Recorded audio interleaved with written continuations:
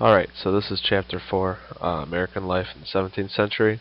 It just kind of gives an overview of what's going on in the colonies during the 1600s and a little bit into the 1700s as well.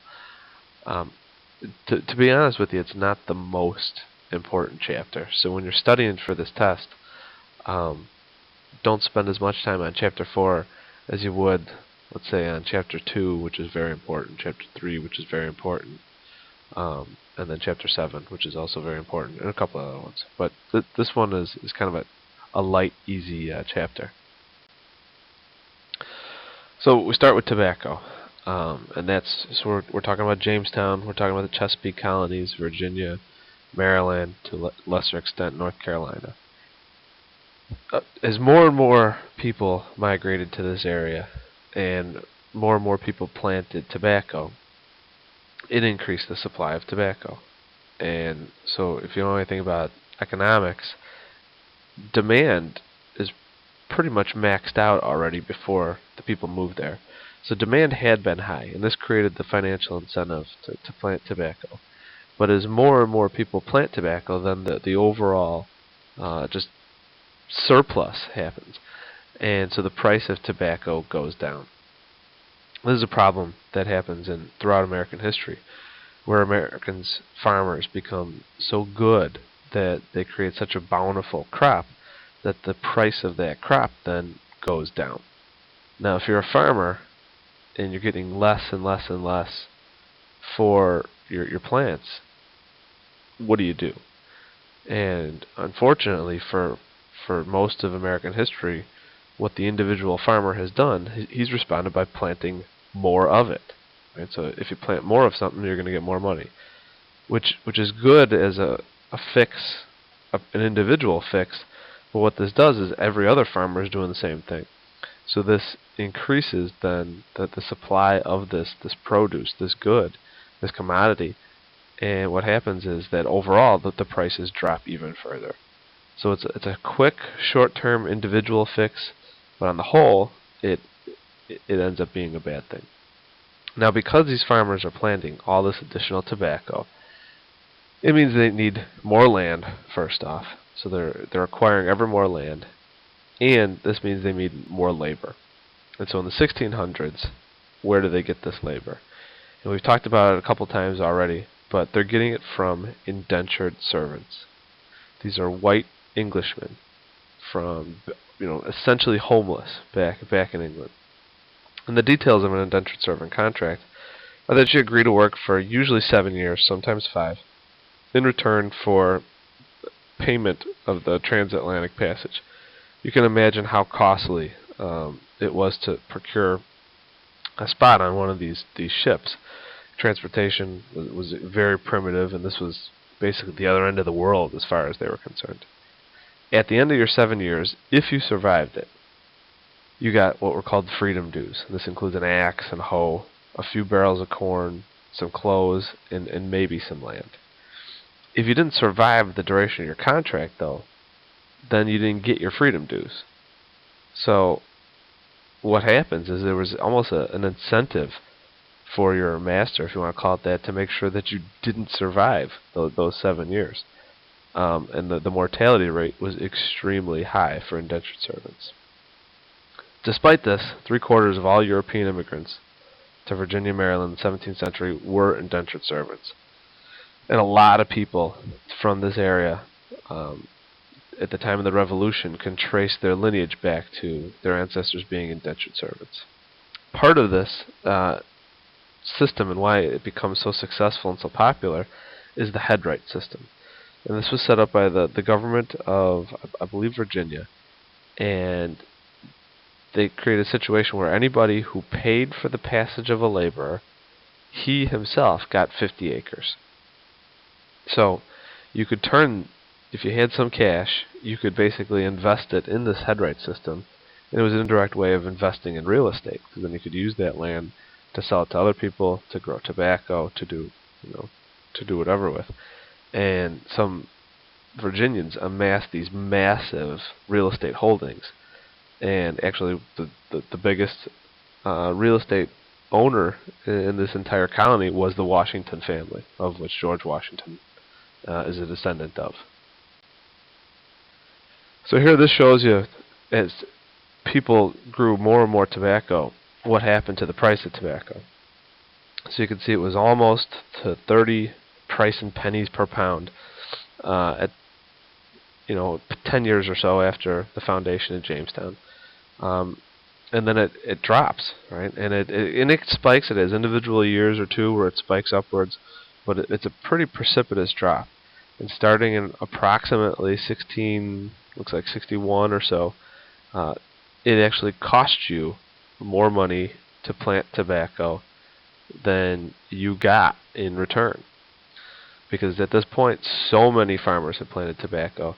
The supply of tobacco was so high that in England they just weren't paying the prices that they were 20, 40 years before that. So you start to get, basically, after the Virginia colony had been around for, at this point, 60 years or so, some divides between the haves and the have-nots, some frustration, and you really have our first rebellion that you need to know for this course. There's several rebellions, revolts, stuff like that, but the first one that you need to know of is Bacon's Rebellion, and it occurs in 1676. Nathaniel Bacon led a bunch of frontiersmen in rebellion against Governor Berkeley. Now, who was Nathaniel Bacon? Some people think he was a former indentured servant. Some people think he was just, one of the have-nots that got some land. But he definitely was leading former indentured servants. Remember when I said that you usually got some land? Well, you got land out west. Right? You weren't going to get the nice land close to the coast, which is called the Tidewater area. You're not going to get land that's right by a river. They're going to basically give you land that's the Powhatans had, or currently have. You're getting Indian land, basically. And so all these white frontiersmen then are going out west. They're trying to hack their way through the forest or the woods and try and give themselves a life. And the Indians don't want them there, and so the Indians are fighting them. And so these frontiersmen in the west, they basically want to fight the Indians. Governor Berkeley, who's the head of the Virginia colony back in Jamestown, they had already fought several Powhatan wars and Indian wars, and at this point, they didn't really want problems with the Indians. They were happy with the way things were going on. So what happens is Nathaniel Bacon leads a bunch of frontiersmen, attacks the local Indians. After he does that, he marches east, marches towards Jamestown. There's a famous, if you go to Jamestown, at the museum there's a famous spot where you can stand on the exact spot where Nathaniel Bacon argued with Governor Berkeley on the steps of, I guess that would be the Capitol building there. Basically chases Berkeley away from Jamestown, and then Bacon burns down Jamestown. Shortly thereafter, Bacon dies of disease, probably malaria, but no one really knows. And so the revolt, it withers away. Without Bacon, there is no rebellion. But this is really the first time that we see in American history some resentment of the poor, in this case landless former servants, against the rich, in this case the aristocracy of Virginia, the Tidewater plantation owners. This is, we talk a lot about Zinn. This is the stuff that Zinn likes the best. Right, this poor versus the rich. All right, brings us to slavery. So your book says that approximately 7 million Africans were brought to the New World, and obviously, growing up in the United States, when we think of slavery, we think of slavery in the United States. We think it in the South. We usually think it in the 1800s. We kind of have our preconceived notions, but really, if you think globally, if you think in a world history standpoint, very, very few of the Africans were brought to what later becomes the United States. Only about 400,000. You can look at the picture in your book. Massive numbers of them go to Brazil. The rest essentially go to the Caribbean. The ones that came to the United States, and there's tons and tons of exceptions, but for the most part, they originate, and you're going to see a map in it's either the next slide or the one after, from Senegal to Angola. It's primarily West Africa. You need to know two vocabs here. The Middle Passage. The Middle Passage was the voyage from Africa to the New World. Now, it could be straight to the United States. More likely, it was to the Caribbean before going onwards to the United States. And we're going to talk in the Zinn Schweikart reading. We really don't know what the mortality rate is on the ships. Obviously, some ships you're going to have high mortality rates, some you're going to have low. But on average, it's thought that there's about a 20% chance that you would die on a slave ship during the Middle Passage. So the conditions were awful. There's the famous scene in Amistad of the Middle Passage, and that's considered to be a very accurate, very authentic scene of what it was like. The slave codes. We're going to talk about slave codes, then eventually black codes, for hundreds of years in this course. Well, they begin in Virginia in 1662.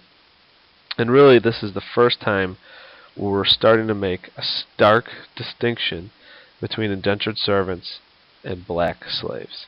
Because remember, prior to this, there were even black indentured servants who apparently were masters of other, had their own indentured servants. And so it was kind of it was unclear if there was any distinction.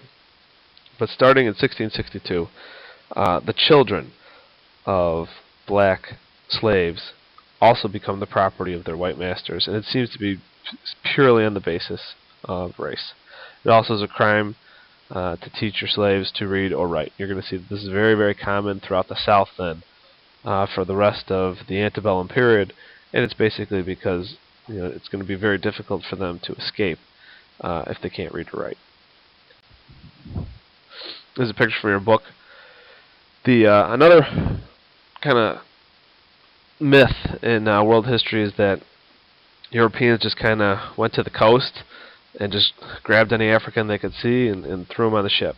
Or that they had these European hunting parties that would just raid African villages and steal everybody and then throw them on the ship. That really wasn't the case. Remember, this is the African homeland, and so the Europeans would just get killed if they tried to do this.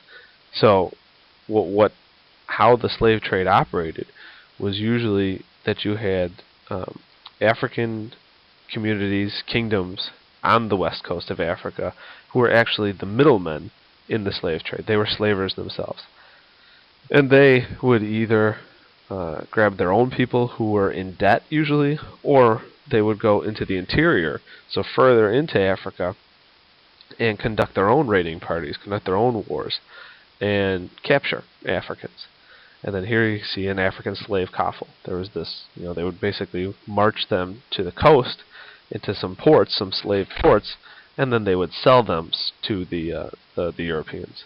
So that's usually how the slave trade worked. And this overland journey from the interior of Africa to the coast was also horrific. Right? I mean, the picture doesn't really do it justice, and the mortality rate of that alone was very high. So if you couple the mortality rate of the march across Africa with the mortality rate of the Middle Passage, it's amazing that anybody survived it at all. And then you got to remember, depending on where you're going, if you're going to one of the sugar plantations, the mortality rate there is also extremely high. So it really was a very sad existence once you were taken into bondage as an African. Here's the slide I was talking about before, where it shows you the approximate numbers of where the slaves came from and where they were headed. And you can see Brazil, 3.9 million Africans were transported to Brazil. 4.8 million were transported to the West Indies. You can see on this map it says 360,000 made it to North America. We kind of forget about Europe, but slavery was legal in Europe at this time. Now they're not growing crops that are labor-intensive crops that were slave labor is profitable. Primarily, that would be tobacco, cotton, well, eventually cotton, and sugar. Right? You can't grow that in Europe, so that's why fairly low numbers of slaves went there. All right, this is a famous diagram of a slave ship there at the top. And you can see they were really, the conditions were horrific, and they almost had like a science about it, like how many Africans you could cram onto a ship, and systematically how you could do that. And so they were basically set up like barracks, with just long platforms that you really wouldn't want to call them bunk beds because they weren't individual beds. There's long platforms where the Africans were chained in laying down like that, and usually chained by their necks, oftentimes their hands or the feet. These two pictures at the bottom I found on the internet. They just claim to be actual photographs of slave ships. Obviously, this would be significantly later on in the time frame. Have to be in the mid to late 1800s, I would assume. But it gives you an idea of the conditions and perhaps what it was like on a slave ship. This is another scene. You can see here the platforms. You can see they're all laying down. Obviously, this is art, but just gives you an idea. Again, if you want a very accurate portrayal of what life was like in the Middle Passage, that scene from the Amistad, where Cinque remembers, his capture and transport prior to the rebellion, that shows you what it was like. This is just another picture in your book that talks about life on a plantation for a slave. All right, so population in the Chesapeake colonies, 1610 to 1750, and it shows you the explosive growth in population for everybody but the Native Americans. Starting in, I guess it's a fairly gradual increase for whites until about 1700 or so, and then there's a sharp spike upwards. And then you can see for Africans, for the most part, there's very, very few Africans in the Chesapeake colonies until about 1700.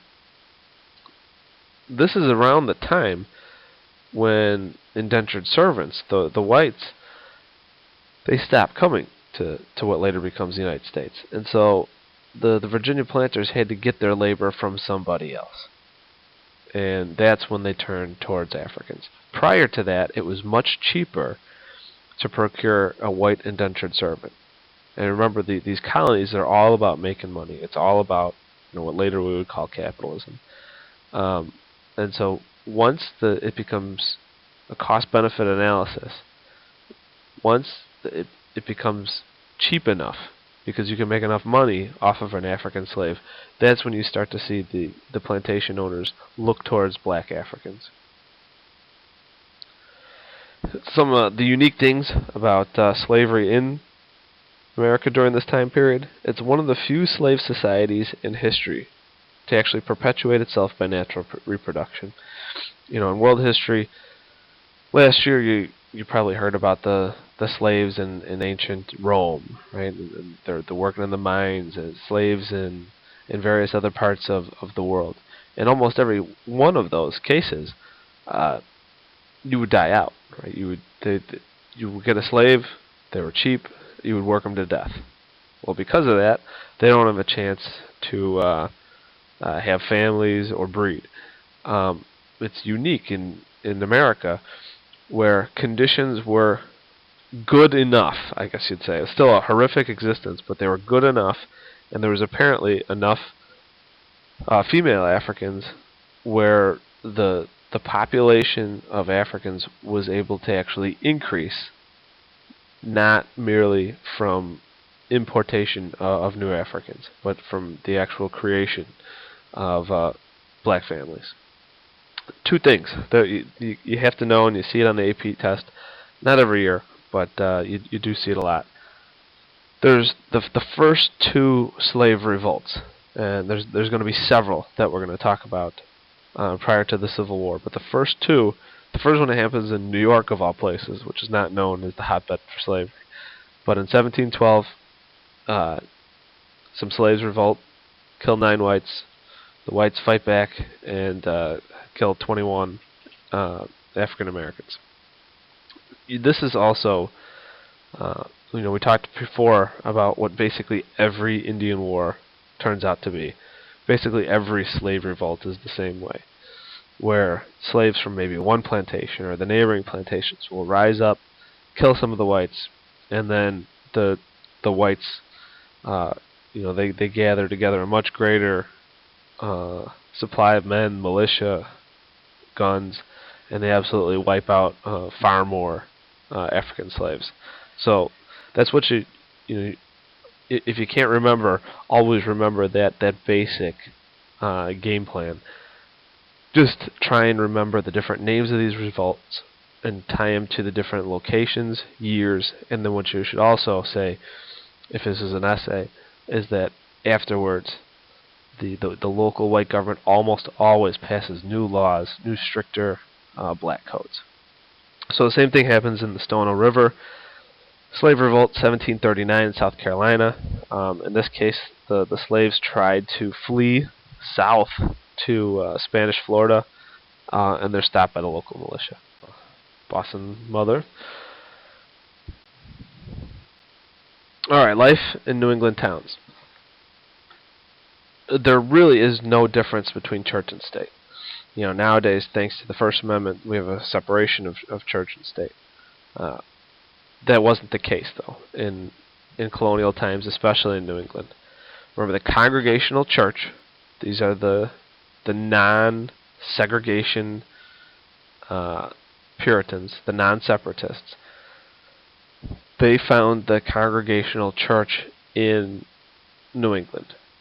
And the people of a village, they would elect their own minister. Right? That minister was essentially then the leader of that village. Right? So he was both the political leader and the religious leader. Now, he wasn't a dictator, though, right? Because the men of the town would have town meetings. It was, an early form of direct democracy, really. And at these school meetings, they would discuss the stuff that was going on in the village and how to fix problems, whether they needed to build, a new communal school, a new mill, discuss town matters, if they had to clear a field, if they wanted to get rid of the old minister, they could do that. This would usually cause a lot of strife in the village. Where to get a new schoolmaster, stuff like that. So really, New England becomes this kind of laboratory for democracy in the United States. And you figure if they start doing this in the early 1600s, and they don't have the Revolutionary War until 1776, that's almost 150 years or so of these New England towns practicing on how to be self-governing.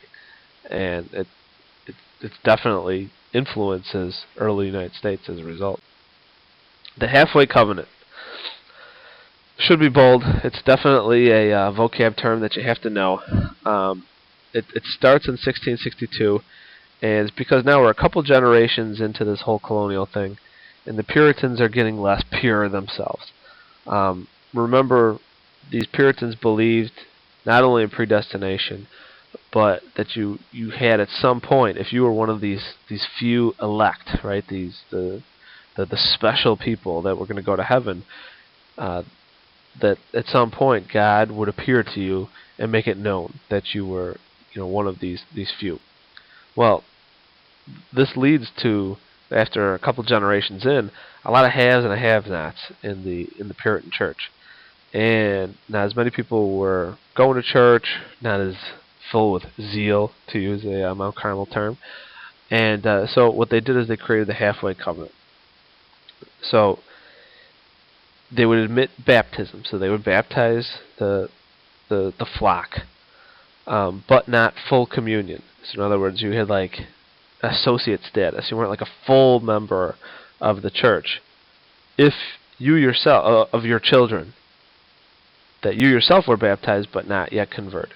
So it was, like a halfway to. It was basically, there was the have-nots, and then there were the elect, right? I have it there in quotes. Those are the special people who we know are going to heaven because God told them so. Well, this halfway covenant kind of creates like a middle category. It weakens the distinction, right? It's basically creating almost like a middle class of Puritans. And it also widens membership. What this does is it sets the groundwork for not only the Salem witch trials, but later the Great Awakening, which we'll talk about in the next chapter. So, Salem, Massachusetts, is fairly close to Boston. I think it's north of Boston. It happens in 1692.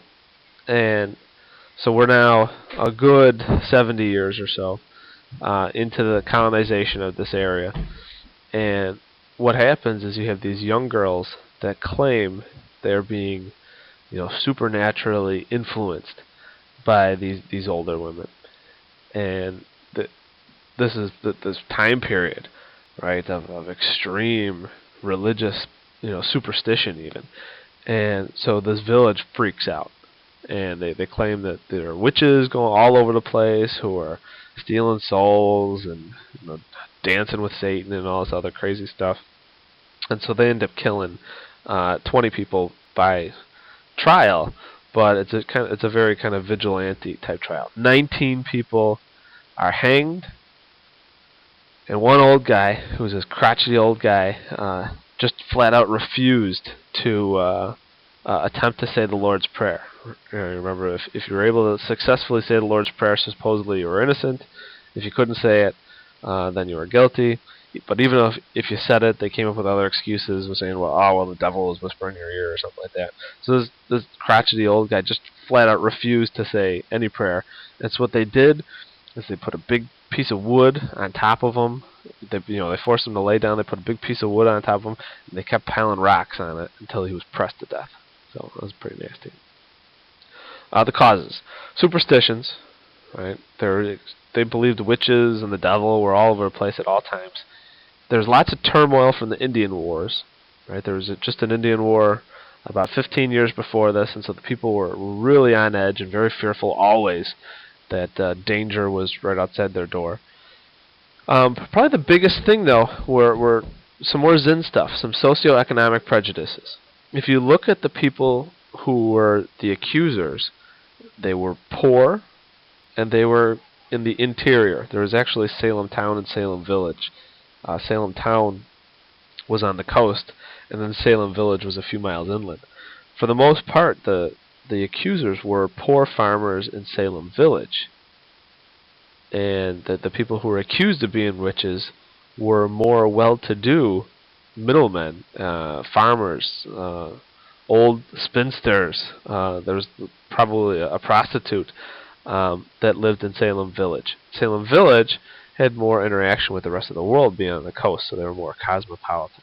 So basically you had poor people accusing, I don't want to call them rich people, but for 1692, rich people, and more, I don't want to call them educated either, but had more connections with the rest of the world as opposed to the backcountry folk. This is a witch finder, very famous. Like, how do you find a witch? And some of the ways that you would do that, you could make a witch cake, and you used like some urine in it, and apparently then you had a dog eat the witch cake, and if the woman screamed that you got the urine from, that meant she was a witch. Another test was that you threw a bag over a woman, you threw her in the river or a lake, and if she sunk, then she was innocent and probably drowned. And said, oh well, she's in a better place now. And if she floated or surfaced, then she was a witch. Then you hang her. So either way, it was probably pretty bad. Early settlers' days and ways. This is kind of a stupid part of your chapter. It just says, from a gender perspective, what a typical day looked like for a woman or a man. So a woman, slave or free, on southern plantations or northern farms, basically wove, which is turning thread into yarn, and yarn into clothing and all that other stuff, or fixed clothing, cooked obviously, cleaned, and raised the children. On the other hand, men cleared land, so cut down, basically tried to create farms. So you're getting the rocks out, you're chopping down trees, you're tilling the ground, all that good stuff. Fencing, so your livestock, so there's the split rail fencing, so you're turning those trees into fences. You're obviously planting crops, you're tending to the crops, you're harvesting the crops, you're cutting firewood because that was the only way to heat your house back then. And obviously, if you had livestock, you're gonna occasionally, kill them and eat them. So you have to butcher them. Here's just the chronology, and this is, you're gonna see that an important date is 1619. This is when that famous, what was it, a Dutch warship or something like that, that dropped off the Americans at Virginia. So the first Africans come to Virginia in 1619. You do see Harvard talked about. It's not so much in this chapter, but in future chapters. It's the first college founded in the New World. Not the New World. The first college founded in what later becomes the United States, 1636, and it was very, very small, only I think a few hundred students, and it was meant to create new ministers. It was purely for religious reasons. Bacon's Rebellion there in 1776, Salem witch trials in 1692. You can see here the difference. 1625, there's only 2,000 people, the total population for all of the combined English colonies, and then 75 years later, we're up to 250,000 colonists. So there is an explosion in population of both English and we'll say Africans, and then smattering of the Swedish and the Dutch and the rest. But you're seeing an increase of basically 250,000 people are living in the United States who are not Native Americans by 1700. And there's the two slave revolts we talked about. And that's